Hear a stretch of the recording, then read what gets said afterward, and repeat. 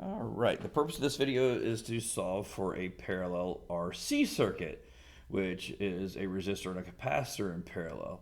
If you watched my video on parallel RL circuits already, I'm going to tell you everything is almost exactly the same with the exception of the orientation of the triangle.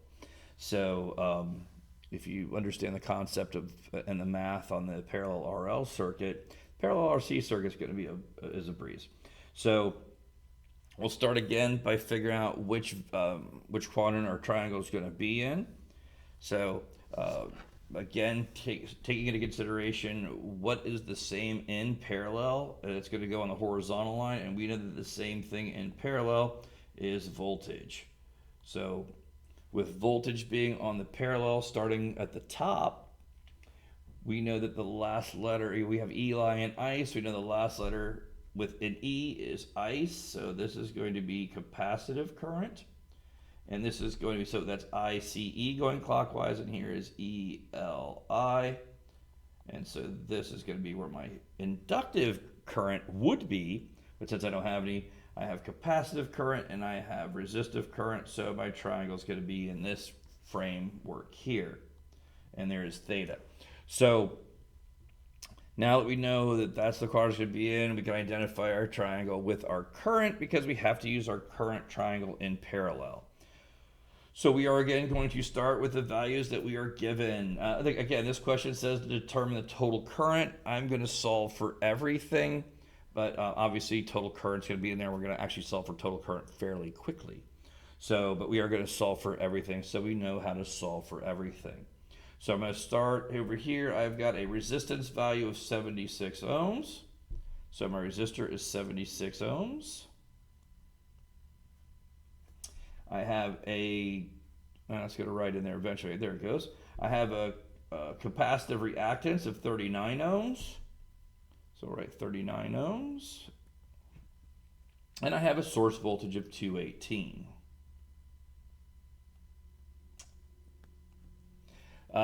I forgot to mention my inductor in my RL circuit video. If you give you an inductive value in millihenries or henries, we have to convert that over to ohms by using XL equal 2 pi FL. If they only give me a capacitor in microfarads, nanofarads, or picofarads, I have to convert that over to ohms as well using the formula XC equal 1 over 2 pi FC, which is on the pink sheet. So now that we have all of our values written down that we were given, now we have to solve for things. We can't really solve for anything because we don't have more than one value anywhere. So again, we have been given source voltage. And in the parallel world, that is the holy grail. So I've got 218 volts, and I know that voltage is the same in parallel, so I know that I have 218 volts on all of my components in parallel.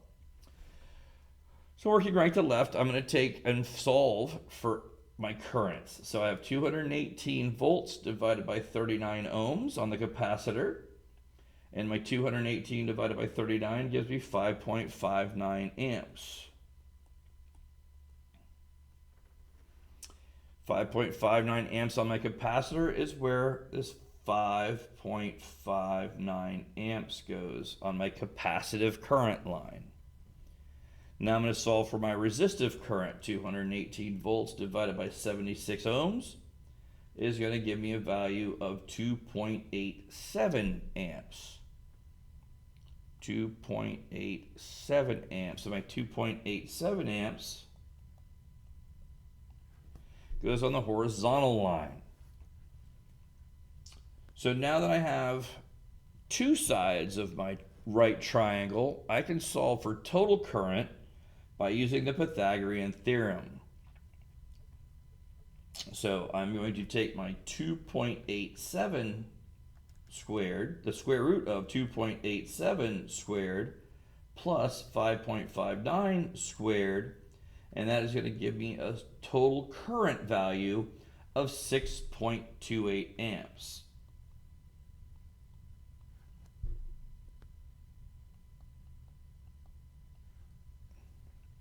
And leaving that in the calculator, I'm going to take my 218 volts and divide it by that answer, and I'm going to get an impedance value of 34, oops, I'm a little low there, 34.69 ohms.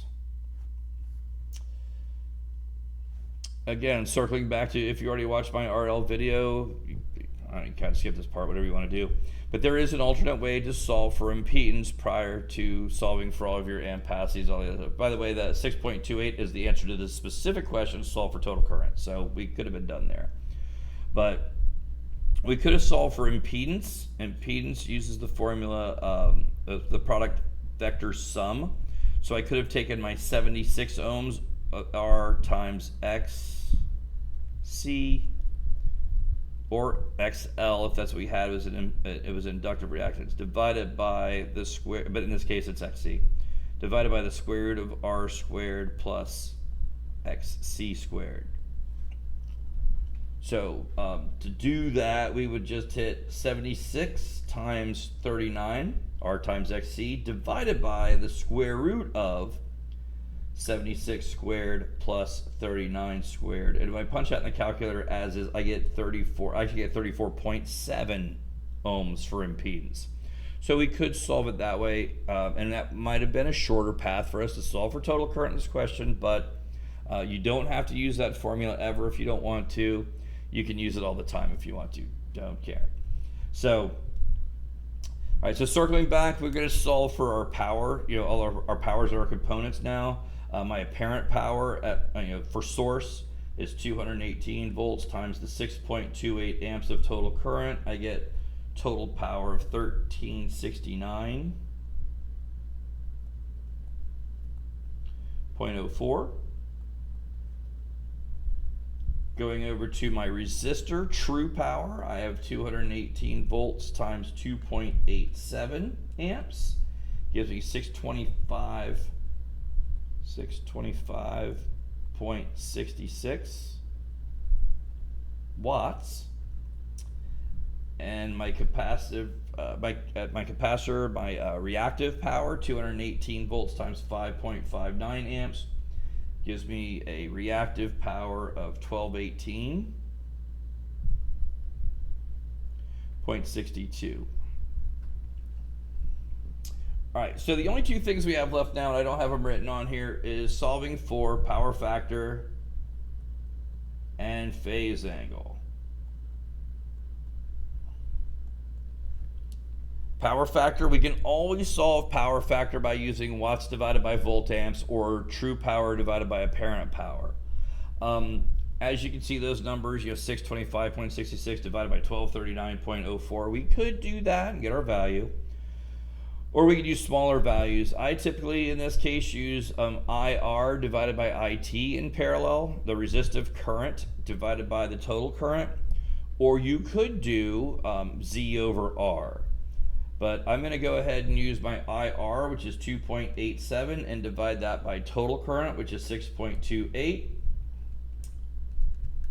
And that gives me a value on my calculator of 0.457, which is 45